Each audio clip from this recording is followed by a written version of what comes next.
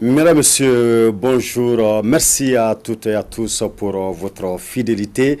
Suite de votre programme édition spéciale sur la manifestation de ce 19 juin. Et c'est le premier panel que j'ai l'honneur de vous présenter. Il porte sur le thème Pays en crise, quels défis pour le secteur privé? Et pour en parler, mesdames, messieurs, nous sommes avec M. Cheikh Oumar Soumano. Il est le président de l'organisation des jeunes patrons du Mali. Monsieur Soumano, bonjour et bienvenue. Bonjour, c'est moi qui vous remercie. Merci à vous d'avoir accepté notre invitation. Tout le plaisir est pour moi. Merci. Nous sommes également avec monsieur, docteur Bakary Toumagnon. Il est le promoteur de l'EHSP, École des hautes études en santé publique du Mali. Docteur Toumagnon, bonjour. Bonjour, cher Lissa, et merci de m'avoir invité. Merci à vous aussi d'avoir accepté notre invitation. Merci beaucoup. Merci. Le genre est bien présent sur la table de débat aujourd'hui. Nous avons tout l'honneur de recevoir Madame Awa Magiraga. Elle est promotrice de l'agence de communication Sahel Communication. Madame Magiraga, bonjour et bienvenue. Bonjour, merci pour l'invitation. Merci à vous de l'avoir accepté. Merci bien. Merci. Et enfin, nous sommes avec Monsieur Ibrahim Nabiou Touré, chercheur et directeur technique à IRAD, Initiative et Appui au Développement. Monsieur Touré, merci. Merci Robert. Bonsoir à tout le monde. D'accord, merci beaucoup. Alors, Monsieur Soumano, les M5 sortent aujourd'hui et avec une grande revendication comme le 5 juin, la démission du président de la République. Qu'en pensez-vous? Merci bien Robert. D'abord, bonjour à nos téléspectateurs. Je vous remercie encore une fois d'avoir associé l'OGEP à ce panel-là pour un peu connaître la vision de notre organisation qui est celle des organisations de jeunes patrons. Depuis 2 semaines déjà, le Mali, je pense qu'on assiste à une évolution sociopolitique des revendications, etc., qui concerne un peu, il demande un peu la démission du président de la République. Nous, en tant que jeunes entrepreneurs, vous savez, il y a un adage que j'aime bien souvent dire, l'argent n'aime pas le bruit et les affaires n'aiment pas le tumulte. Ça, c'est extrêmement important. Quand un investisseur voudrait venir dans un pays, ce qui l'intéresse, première des choses, c'est la stabilité politique qui l'intéresse, et ensuite, c'est quel est l'état de la corruption du pays. Ce sont les 2 indicateurs qui l'intéressent particulièrement. Et je pense que cela aussi importe même les investisseurs nationaux. Et demander la démission du président de la République, qui est la première institution, de mon point de vue, on ne va plus vers une instabilité politique, mais c'est véritablement vers une instabilité institutionnelle, qui est encore plus grave de mon point de vue. C'est vrai qu'il y a des choses qui n'ont pas marché. C'est vrai qu'il y a beaucoup les revendications, elles sont légitimes, elles sont très bien fondées.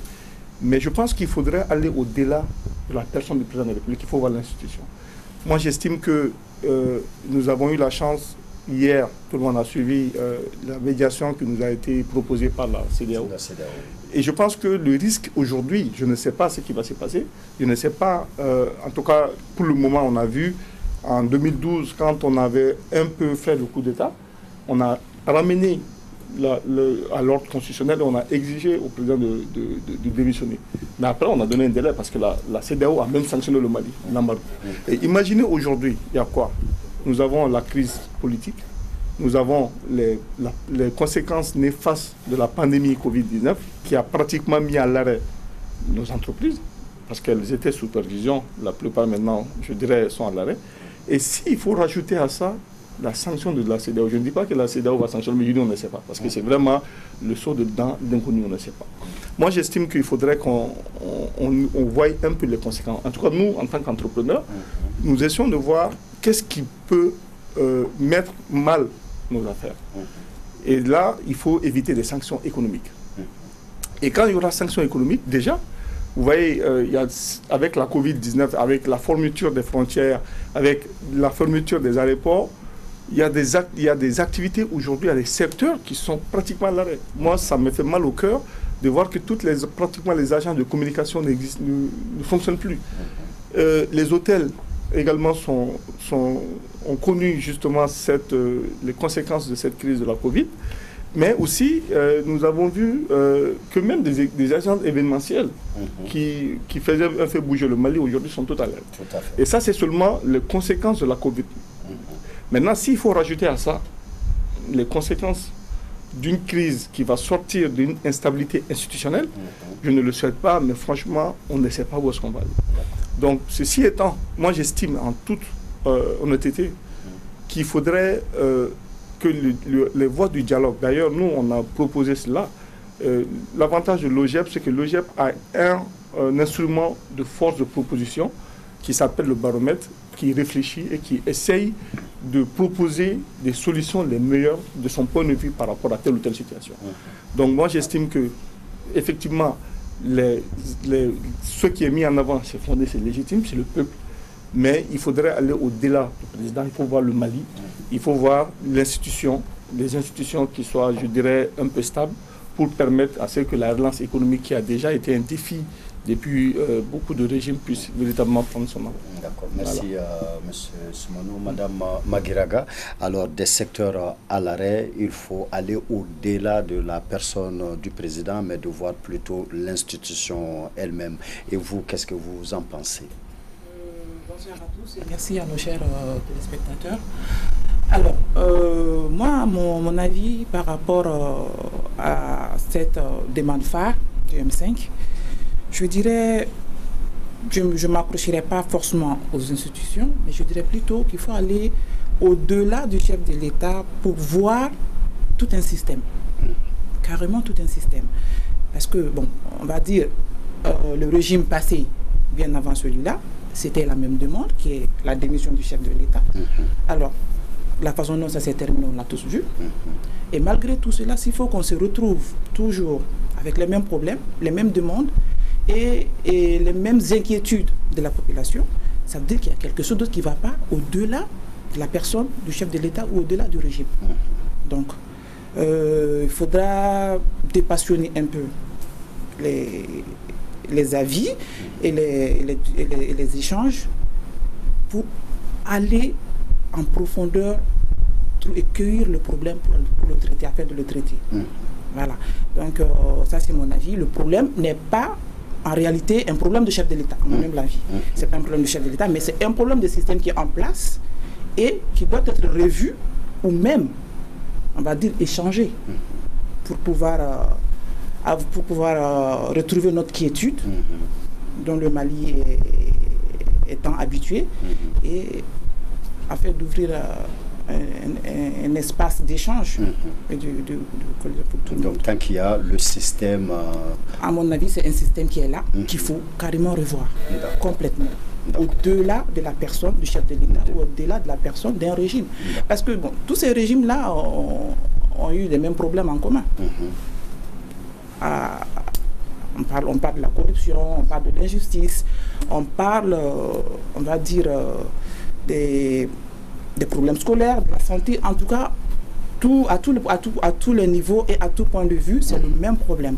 Donc, il faudra trouver maintenant le noyau et non un régime lié à la personne d'un chef d'État. D'accord. Voilà. Merci, Madame Maguiraga. Docteur Toumagnon, alors pour Madame Maguiraga, tous ces régimes-là connaissent les mêmes mots, la corruption, l'injustice, alors sont tous confrontés aux mêmes dures réalités, comment alors bien faire l'école, comment bien faire la santé, et en définitive pour elle, ce n'est pas une question d'individu, mais plutôt de système.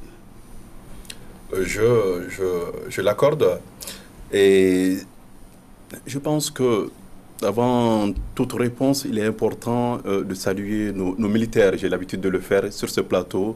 Nos professionnels de santé qui font un travail formidable par rapport au Covid et aussi nos enseignants malgré la situation. Et d'ailleurs, les enseignants sont aussi au cœur du problème. Dit ça, et Michel Crozier a écrit un livre, L'acteur et le système.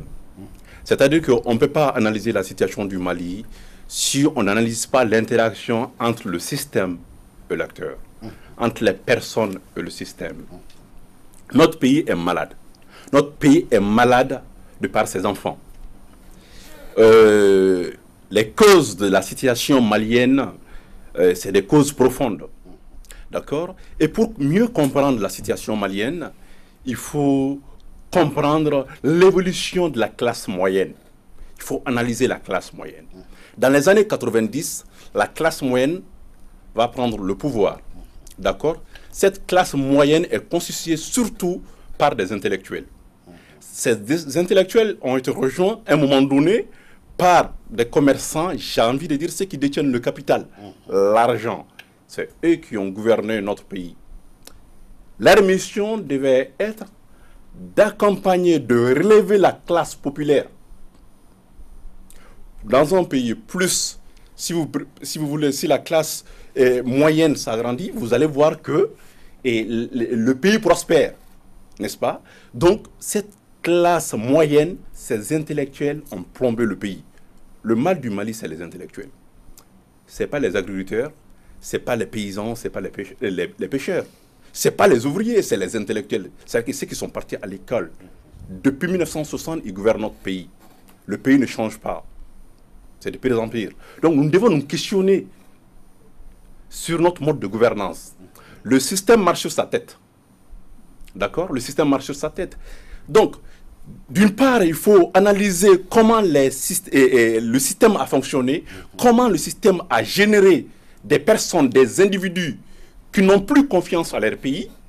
C'est-à-dire qu'il n'y a plus d'idéologie à défendre.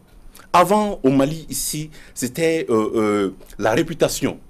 J'ai fait telles œuvres, j'ai construit telle école, un bon médecin, un très bon journaliste. Aujourd'hui, c'est le capital. Combien de sous j'ai? Donc, on n'a pas d'idéologie où on a changé de paradigme. C'est-à-dire que du paradigme de la réputation, on revient à l'argent.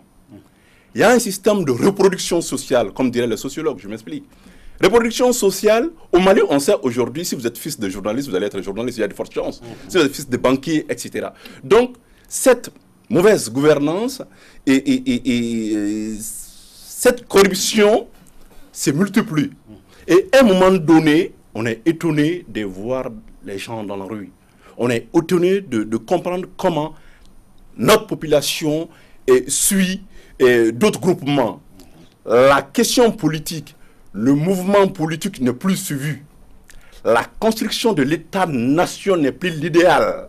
Les individus vont suivre des communautés ethniques ou religieuses. C'est pour cela que les religieux, n'est-ce pas, mobilisent.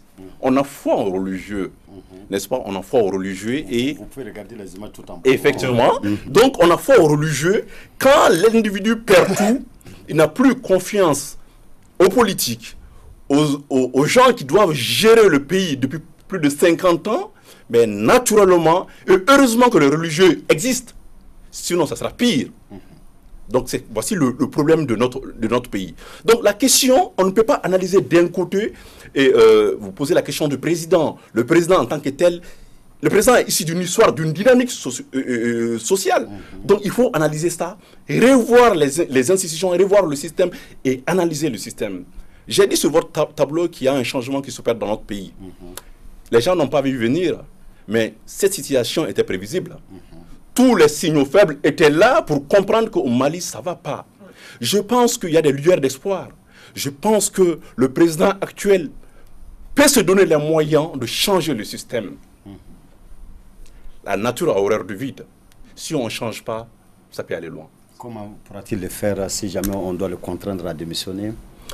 Alors, le contraire, je me dis souvent, il faut éviter de faire une forme d'analyse sur le futur. En fait, on n'a pas tous les éléments aujourd'hui. Je pense qu'en réalité, qu'est-ce que je veux pour mon pays, personnellement? Je veux que mon pays prospère, je veux qu'il y ait de l'emploi pour les gens, je veux qu'il y ait à manger pour les... Vous voyez, donc chaque Malien est comme cela. Donc, en réalité, si on arrive à solutionner cela, ben, on oublie la question du président. À mon avis. D'accord. Merci, Dr Toumagnon. Monsieur Touré, alors que pensez-vous de cette revendication phare du M5, à savoir la démission du président de la République? Alors, je vous remercie, Robert, et parce que je vais engager un peu le débat dans le même sens que mes prédécesseurs. Pratiquement tout a été dit, sauf que moi je vais faire une analyse sur 3 axes. D'abord, la première analyse va être un peu le rôle même de l'homme malien dans sa propre construction. C'est-à-dire, auparavant, dans le temps, on avait une valeur. Chaque famille, chaque communauté avec des valeurs qu'il transmettait à son enfant ou à sa famille. Pour que cette personne puisse, quel que soit Alpha, valoriser et se tenir face à quelle que soit la situation, de défendre ses valeurs. Aujourd'hui, on se rend compte que le Mali n'a plus de valeur. Donc, s'il y a mauvaise gouvernance, s'il y a corruption, c'est qu'il y a quelque part une chute de nos valeurs. C'est que quelque part, la famille, le rôle que la famille devait jouer dans la construction humaine, elle ne le fait plus. L'autre aspect, c'est de revoir le Mali dans sa géographie. Et la situation géographique du Mali fait qu'aujourd'hui, que le Mali veut ou le Mali ne veut pas, le Mali est confronté à des chocs multiples, à l'interne comme à l'externe. C'est-à-dire, notre position géographique fait que on est souvent victime, ou bien d'ailleurs on n'est même pas souvent victime, on est victime de conflits qui nous concernent ou qui ne nous concernent pas, qui font que nous, ça va jouer sur notre mode de gouvernance, sur notre mode de gestion et sur notre mode de vie. Si je prends l'exemple de l'Algérie et la France, tout le monde sait que l'Algérie a un conflit avec la France qui ne date pas de maintenant, la Mauritanie avec l'Algérie, et le Sénégal et la Guinée. Chacun de ces pays a un effet sur le Mali, puisque le Mali vit de chacun de ces pays. Donc, si dans ces pays, chaque pays essaie de conserver ses intérêts sur le Mali et dans le Mali, il va de soi qu'il va y avoir des hommes qui vont répondre à ces personnes. Si les intérêts divergent, il va forcément avoir un nouveau type de Malien qu'on ne connaît pas, qui va générer de nouveaux conflits, qu'on ne pourra même pas avoir les solutions.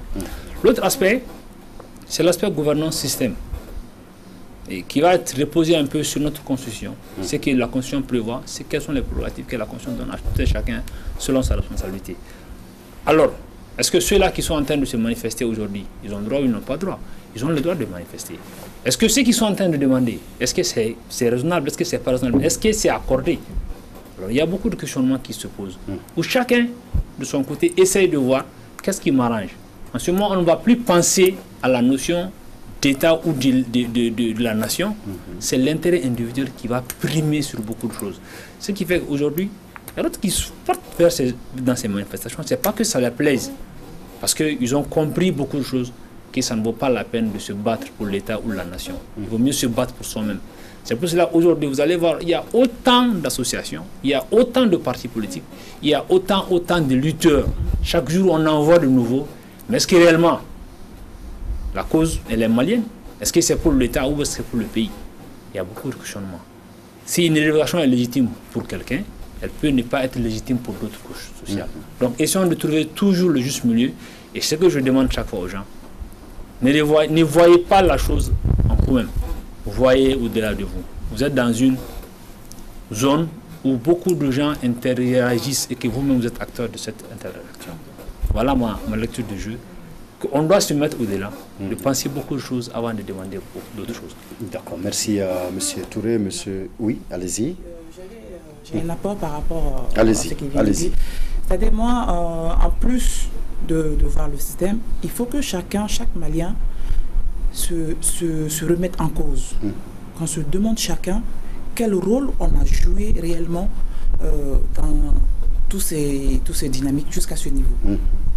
Chaque fils du pays a un rôle à jouer pour le développement de son pays. Est-ce que chacun d'entre nous joue ce rôle? D'accord? Donc, en ce moment, quand on fait autant de remises en question, on essaye de voir au plus profond de nous-mêmes. Et en ce moment, nos revendications seront appuyées par rapport à ce que nous-mêmes, on est prêts, ou ce que nous faisons pour le pays. Voilà. Donc, c'est cet apport que je vais rajouter. Mais je reste toujours avec vous avant de passer à M. Soumano. Alors, le secteur privé aussi, quand même, est concerné par cette crise, mais ce que beaucoup de gens ne comprennent pas, c'est son silence jusque-là. On ne voit pas et on ne sait pas quelle est officiellement, publiquement, la position du secteur privé dans son ensemble. Alors pourquoi ce silence-là? Alors le secteur privé est là, c'est pas en silence, mais tout simplement, comme M. Soumano l'a dit, alors dans un pays qui est, on va dire, qui traverse une période non seulement sécuritaire, assez déstabilisé. Et autour de tout ça, le secteur privé essaye de se défendre pour implanter de plus en plus cette assurance de développement à notre niveau et au Mali. D'accord. On est concerné comme tout autre secteur d'ailleurs du Mali. Tout le monde est concerné, cette crise touche tout le monde. Ben, tout simplement, le secteur privé a plus besoin d'investissement, d'assistance pour, je vais dire, pour accentuer tout ceci. Pour accentuer tout ceci. Sinon, le développement d'un pays ne peut pas aller sans le secteur privé. C'est pas possible. Tous les grands pays, toutes les grandes nations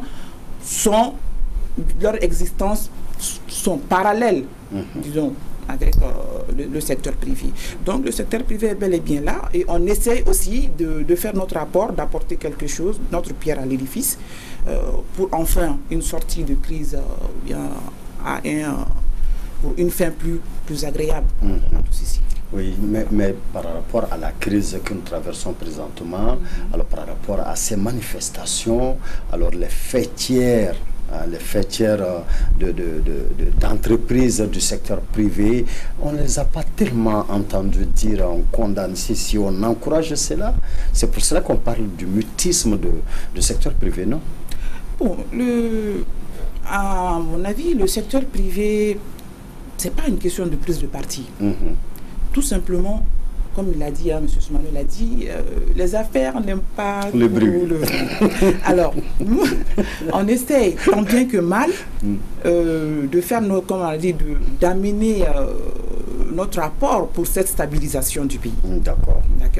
Donc, on est là, on est bien présent, le secteur privé est bien présent et on se bat pour que les choses puissent se déboucher sur une meilleure solution. D'accord, merci. Voilà. Merci Madame Magraga, Monsieur Soumano. Les affaires n'aiment pas le bruit, ça on a bien compris.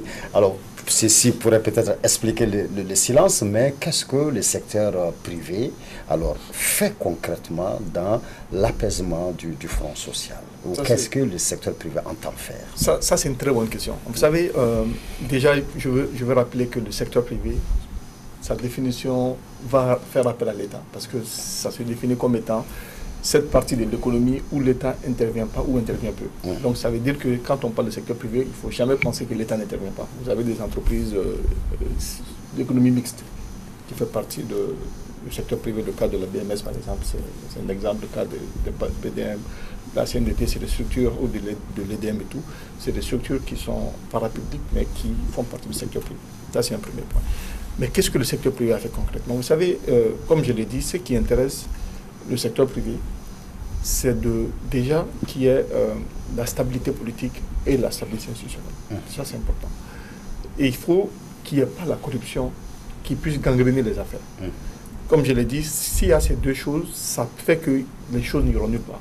Et surtout, n'oublions pas que nous sommes dans une communauté économique, du moins et la CEDEAO, qui ont des codes de conduite. D'accord? Donc il y a des lois qui sont votées et qui doivent être appliquées. Maintenant, si le secteur privé doit prendre la parole, son bâton de pèlerin, c'est pour l'application de ce texte. Donc quelque part, il va appeler à l'application de l'état de droit. Pour que les tribunaux puissent appliquer quand il y a... Parce que, vous savez, c'est des intérêts privés, mais l'État est là pour les réguler. Donc personne n'a intérêt que l'État s'embrase. D'accord? Maintenant, qu'est-ce qui a été fait? Je parlerai d'abord, je salue d'abord le CNPM qui a fait un excellent travail parce que, vous savez, il y a la pratique où il y a pendant les élections présidentielles, il y a la séance d'écoute des candidats qui est faite. Et nous, particulièrement, l'OGEP, Organisation des jeunes patrons, sur les 23 candidats, il y a 8 qu'on a écoutés. Et ce qui est extraordinaire, c'est que quand on a échangé avec les 8 candidats sur les 23, la recommandation forte qui est faite, on a fait une conclusion globale. Et l'actuel président qui a été élu, on lui a envoyé. Et je peux vous assurer qu'il y a une des recommandations qui a été appliquée, notamment la création du ministère de l'entrepreneuriat dédié aux jeunes. C'est extrêmement important, ça manquait. Donc il y a eu beaucoup de trucs. Alors, pour le cas précis, quand il y a eu le dialogue national inclusif, en général, vous savez, le secteur privé, les hommes d'affaires n'aiment pas trop faire la politique, ils n'aiment pas trop s'afficher. Mais il ne faut pas aussi laisser la politique, parce que quelque part, on dit, quand tu ne fais pas la politique te fera. Ça, c'est extrêmement important. Et nous, ayant su cela à notre niveau, quand le déni a été fait, les TDR ont été faits, notre organisation avait été carrément mise de côté. à tort ou à raison, je ne sais pas trop, je ne saurais dire les raisons ici. Mais au lieu de faire les combats en insultant, qu'est-ce qu'on a fait? On a juste écrit en rappelant aux organisateurs que cette organisation existe, fait des propositions, et comme on n'a pas été pris en compte, nous, voilà nos propositions. Ils nous ont appelés pour qu'on participe à la dernière, alors que tous les documents étaient faits sans le GEP. Donc ça veut dire que la méthode du secteur privé, ce n'est pas pour créer des bruit. Et d'ailleurs, la preuve, je parle toujours au nom de l'OGEP, quand la Covid est arrivée, le CNTM avait déjà fait des annonces. Et nous, on a réfléchi pour faire notre proposition, mais en s'inscrivant dans ce que le CNTM a fait. Et entre autres, c'est ça qui est arrivé maintenant à la mise en place des annonces économiques et sociales. Ça a été fait dans le cadre de CODI qui valent maintenant 500 milliards, ou dont 20 milliards de soutien financier pour les entreprises.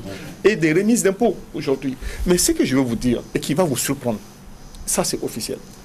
Vous savez que malgré qu'il y ait la crise, vous savez que malgré qu'il y a eu des remises d'impôts, malgré que l'État a fait des annonces qui se sont traduites par les remises d'impôts et le report d'échéance de paiement des impôts, mais vous savez que les structures de recettes, les douanes et particulièrement les impôts ont dépassé leur objectif, 111% et 103% pour les deux. Ça veut dire que les opérateurs économiques maliens sont à saluer. Imaginez, il n'y a pas d'activité. Mais au moins, ils paient les impôts alors qu'ils ont aussi la possibilité de dire on ne paye pas d'impôts.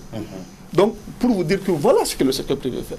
Et je suis fier de le dire aujourd'hui, c'est que nos opérateurs économiques sont sortis de cet infisme fiscal pour se mettre à côté de l'État en se disant, parce qu'on a compris que le secteur privé est porté par l'État. Et quand l'État a des problèmes, il faut aider cet État-là. 500 milliards d'annonces qui a été faites pour un pays pauvre comme le Mali. Mais si le secteur privé ne joue pas son rôle.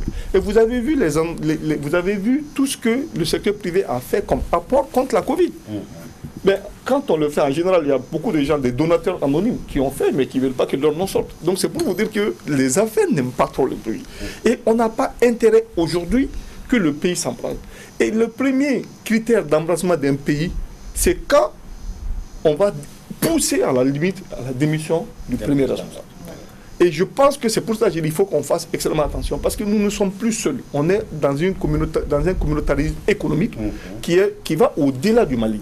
Il y a 16 pays donc il y a un code de conduite qui aujourd'hui reprend, si vous voulez, l'ensemble des constitutions des pays qui dit, bon voilà, comment devraient se faire les choses. Donc si je ne souhaite pas, on dise, voilà, nous brillons par le fait que nous, on est trop jusqu'au boutiste, on ne veut pas le dialogue, on ne veut rien, ce n'est pas bien pour l'image du Malien. Et ça, je pense que déjà, ce qui nous unit, c'est le fait d'être Malien. Qu'on soit du secteur privé, qu'on soit du secteur public, qu'on soit artisan, je ne sais pas quoi, qu'on soit étudiant, mais en tout cas, ce qui nous unit, c'est le fait qu'on soit tous Maliens. S'il est vrai qu'on est attaché à ce pays-là, on peut faire des choses sans pour autant dire. Et voilà ce que le secteur privé a fait. Et pour finir, je dirais également autre chose qu'on a fait. Nous, on a un instrument de veille qui nous... Toutes les semaines, on communique là-dessus.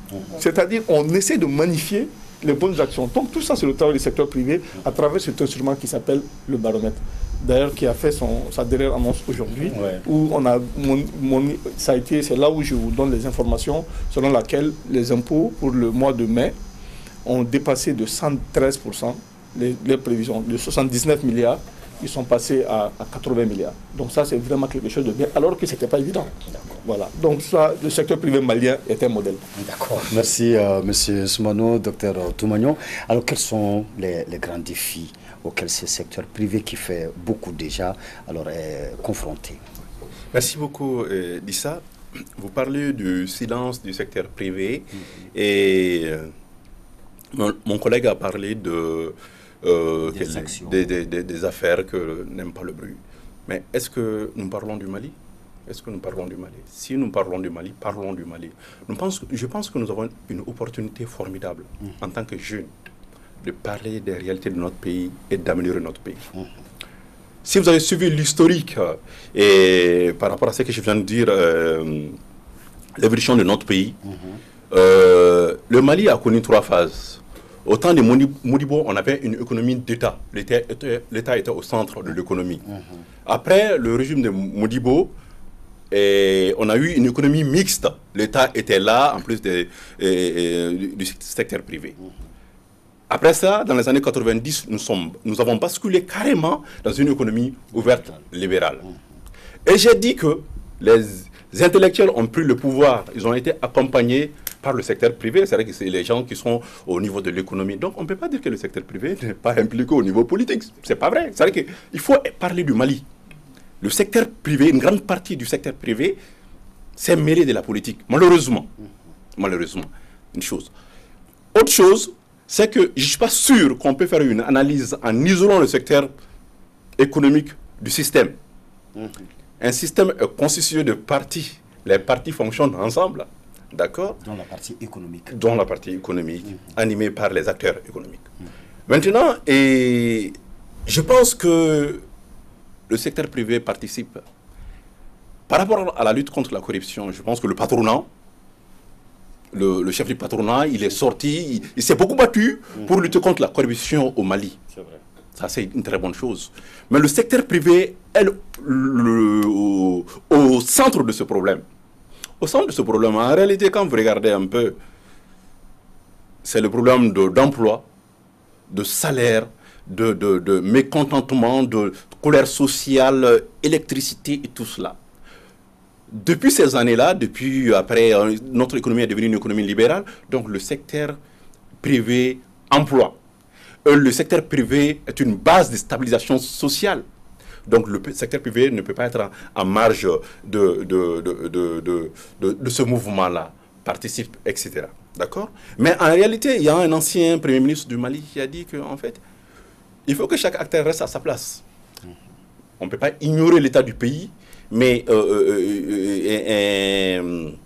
c'est pas, un entrepreneur ne va pas se prononcer sur le maintien ou du président ou pas. C'est pas son rôle. Un chercheur ne va pas, c'est pas son rôle, n'est-ce pas? Mais on a intérêt à ce qu'on ait un environnement stable, assaini, et qu'il n'y ait pas cette reproduction sociale, que les choses sont connues d'avance. Le secteur privé est confronté à des problèmes. Au Mali, aujourd'hui, comment les offres d'emploi, les appels d'offres, comment ça se passe? Tout le monde le sait. Est-ce qu'à un moment donné, la jeunesse malienne va oser parler de cela? Ou on va faire l'autruche? Donc, à un moment donné, je pense qu'il est important de signaler les choses qui ne vont pas. Il ne faut pas la révolution, c'est pas la révolution, mais de changer en profondeur notre système. Ce n'est pas une question de personne, c'est une question de système. Et le système est en interaction avec les acteurs. Donc, quand nous réformons notre système, les acteurs vont prendre conscience et ils vont essayer de faire des best practices, n'est-ce pas? Et autre chose, il peut y avoir des répercussions sur le secteur privé. D'accord? En période de crise, votre thème c'est sur la crise. Les acteurs financiers vont se retenir, ne prêtent plus, n'est-ce pas? Ce qui a un impact négatif sur le secteur privé. Je suis un Malien de l'extérieur qui est venu s'installer. Quand on voit l'état du pays, vous croyez que ça encourage de s'installer? Est-ce que vous avez voyagé aujourd'hui à l'intérieur du pays? Voyager au centre du pays. Nous avons l'impression que le Mali s'arrête à Bamako. Nous avons l'impression que nous sommes stables. Nous ne sommes pas stables. Je viens du centre du Mali, mais je vous l'assure qu'aujourd'hui, un entrepreneur a du mal à investir dans ces zones-là. Aujourd'hui, on peut se poser la question s'il ne faut pas aller investir ailleurs. Mais nous aimons notre pays. C'est pour ça que nous sommes là. Donc, je pense que le secteur privé n'est pas silencieux. Il réfléchit à la bonne manière, à une bonne sortie de crise. Je pense que cela doit être le défi du secteur privé. Merci beaucoup. Merci, Dr Toumagnon, Monsieur Touré. Alors, on dit que toute crise offre aussi des opportunités. Alors, quelles sont les opportunités pour le secteur privé dans cette crise-là et comment les saisir, ces opportunités-là? Alors, pour parler d'opportunités, je pense que c'est largement grand. Aujourd'hui, on sait que le secteur privé malien a fait beaucoup, il reste beaucoup à faire. Aujourd'hui, je pense que la première des choses à faire, c'est de faire un diagnostic qui permettra de savoir, d'identifier et de prioriser les actions à entreprendre.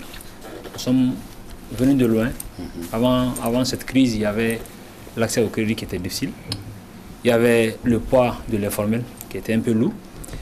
Il y avait cette manque de compétitivité des entreprises maliennes face aux autres. Il y avait aussi la complexité des procédures qui jouait beaucoup. On en a créé l'appui pour faciliter la création des entreprises qui contribuent. Mais au niveau des impôts, il y a d'autres procédures qui sont encore plus complexes.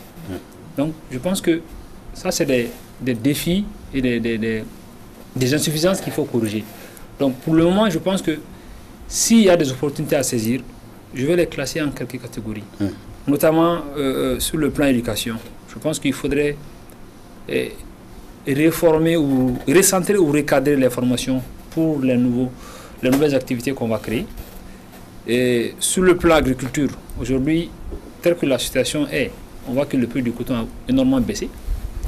Est-ce que ce ne serait pas une occasion pour l'État de racheter le prix du coton et de la fabriquer au niveau local en vue de rehausser la consommation et la productivité au niveau local?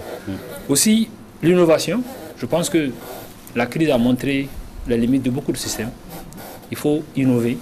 Ce sera l'occasion pour l'État de créer les conditions de création de nouvelles startups. Je prends l'exemple de la santé aujourd'hui. Avec cette histoire de Covid, est-ce que ce ne serait pas bon de créer des applications où facilement un patient peut avoir un rendez-vous avec un médecin, où il peut avoir... Il y a tellement d'innovations à faire. Et au niveau consommation, je pense qu'il faut encourager la consommation locale. Si l'État a le courage de donner plus aux agriculteurs de riz qu'aux producteurs de coton aujourd'hui, il faut carrément laisser un peu la production de coton aller vers la production rizicole en vue de diminuer fortement la dépendance de l'extérieur.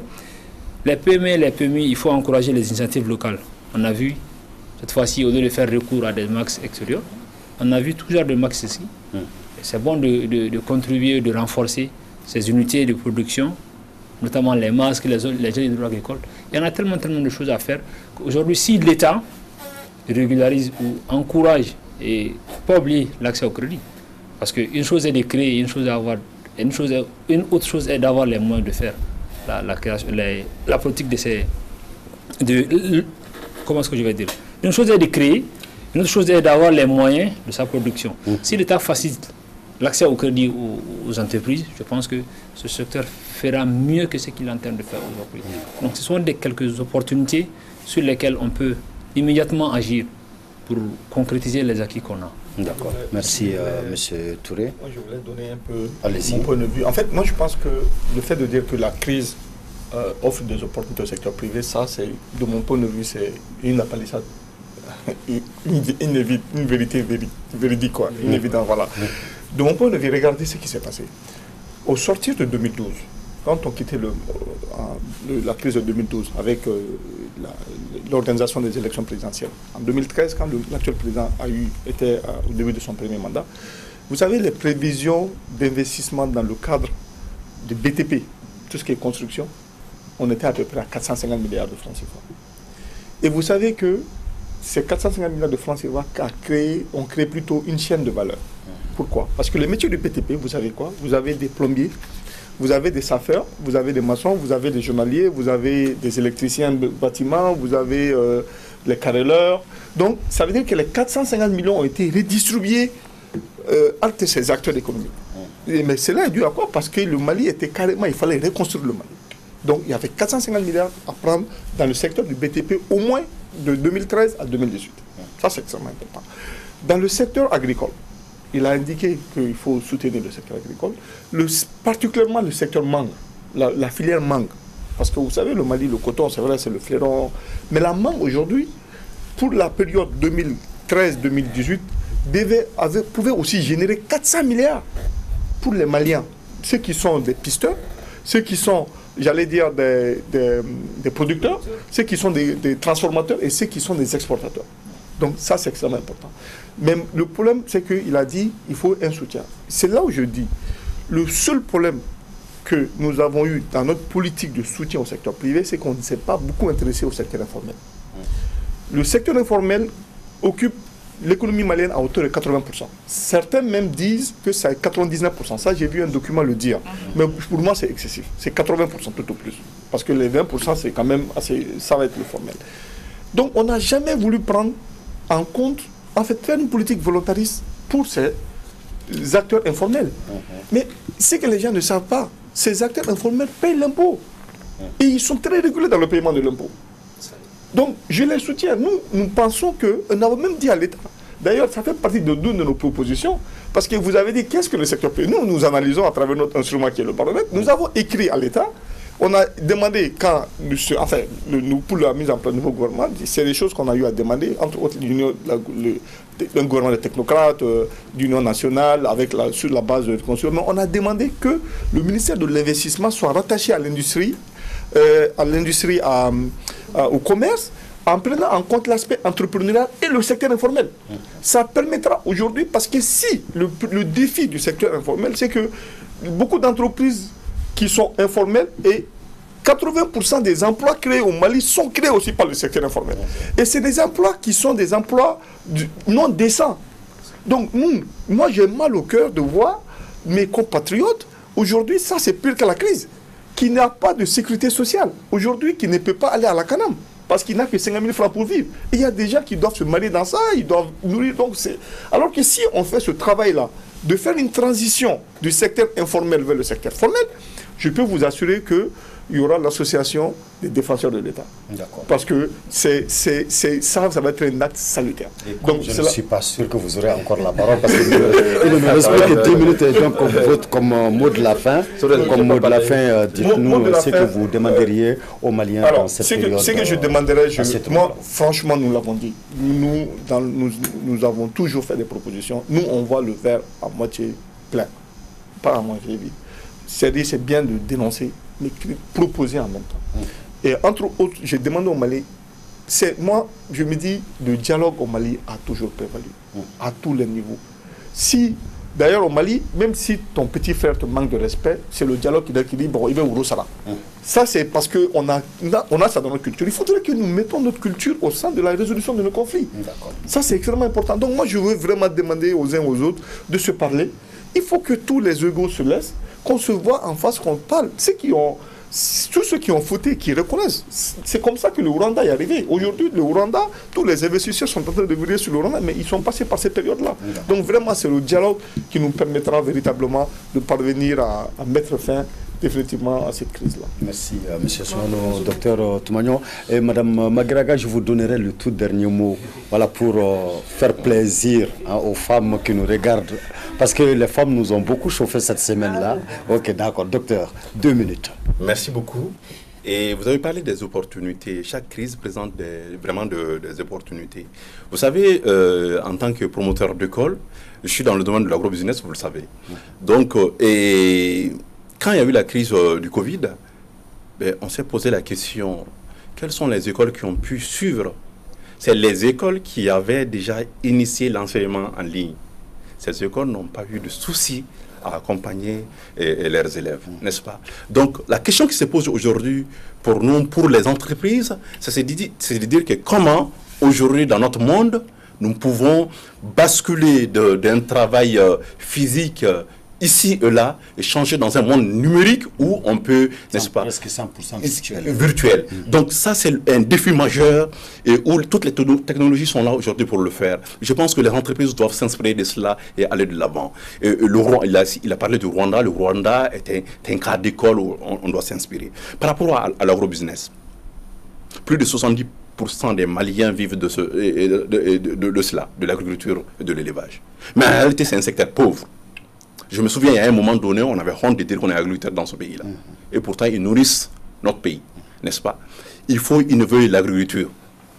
Moi, j'ai expérimenté. Avec 1 hectare, nous pouvons employer 8 personnes. Je l'ai expérimenté en faisant une agriculture intégrée de l'agrobusiness, maraîchage, élevage, pisciculture. On a fait l'expérience au Bénin, dans le centre Songwe, c'est connu. Donc, il y a des choses qui sont déjà connues, n'est-ce pas? Donc, on peut voir par rapport à cela. D'accord. Et par rapport à la crise maintenant, que demanderiez-vous aux Maliens? Et maintenant, 1 minute de je suis d'accord. Et dans ce pays, il faut arrêter tout le temps de tout laisser au niveau de la culture. La culture est fondamentale, c'est l'essence même. Mais le problème de notre pays, on a tout, on a blaté, on a quitté, on a nifragnon, on a malibi. C'est ça qui a plombé notre pays. À un moment donné, je pense qu'il faut avoir le courage de dire ça ne va pas.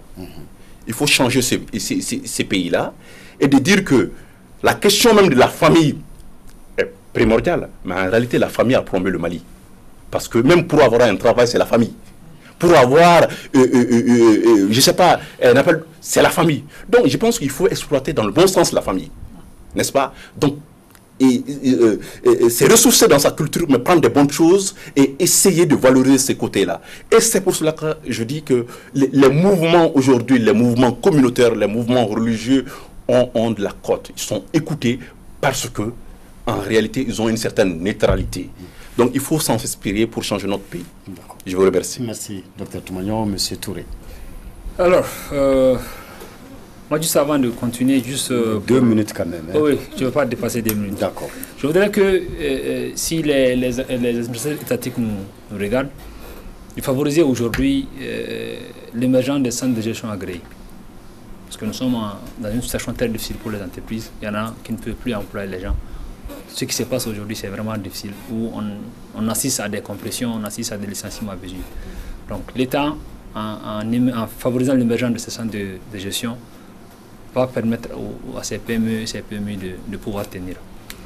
Alors, un dernier mot comme message, je vais dire simplement, il y a 2 adages que je vais utiliser.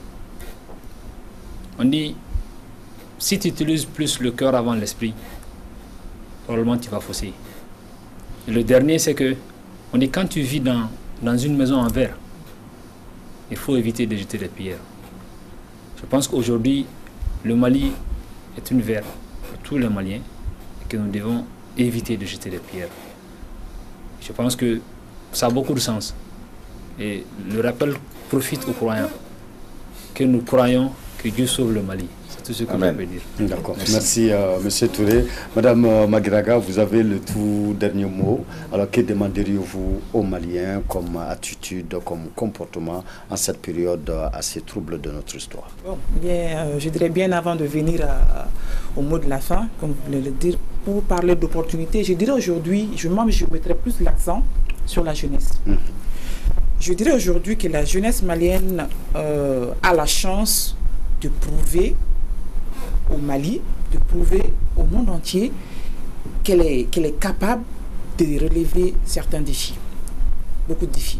Le Mali a la chance d'avoir un facteur déterminant de développement qu'est la jeunesse, parce qu'une jeunesse, c'est de la vigueur, c'est des idées, c'est du dynamisme, tout et tout. Et au-delà de ça, il faudra qu'on s'engage plus dans la lutte contre la corruption. Le principal mal de ce pays, c'est la corruption. Il faut y remédier, il faut trouver une solution, il faut y faire face et être convaincu au plus profond de nous qu'il y a une solution, et une solution, c'est de surpasser tous ces maux qui nous entourent. Le GEP, l'Organisation des jeunes patrons, met un accent particulier sur la jeunesse et encourage la jeunesse malienne à entreprendre, à s'investir dans le développement de notre pays. Et ensemble, c'est un défi que nous pourrons tous relever, Inch'Allah. Alors, pour le mot de la fin, je dirais le dialogue, hein, comme tout le monde, le dialogue. Il faut... Toutes les grandes crises ont été discutées autour d'une table de dialogue et d'échange, de cohésion, de compréhension, qu'on échange entre nous, qu'on échange entre fils et filles du pays. Il y a des points qui sont là et qui sont bénéfiques et qui nous font profiter. C'est-à-dire, le Mali a la chance d'avoir la facilité et la fluidité de communication d'habitude entre nous. Il faut en profiter. Il faut en profiter pour ne pas aller à l'extrême. Voilà. Amin Arabi. Merci Madame Maguiraga. Pays en crise, quel défi pour le secteur privé était le premier panel de cette journée édition spéciale manifestation du 19 juin.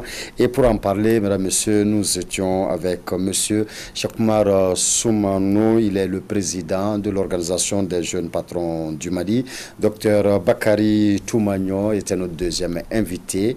Il est le promoteur de l'EHSP, École de hautes études en santé publique du Mali. Madame Awa Magiraga, promotrice de Sahel Communication, qui est une maison de communication, était notre troisième invité. Et enfin, nous étions avec Monsieur Ibrahim Nabiou Touré, économiste, chercheur à IRAD, Initiative Recherche Appui au Développement. Messieurs, Madame, merci à tous. Merci à vous, Madame, d'avoir accepté notre invitation. Chers fidèles d'Africable Télévision, restez toujours accrochés au programme d'Africable Télévision. Vous avez cette édition spéciale jusqu'à 1 heure tardive dans la nuit. Merci et à très bientôt.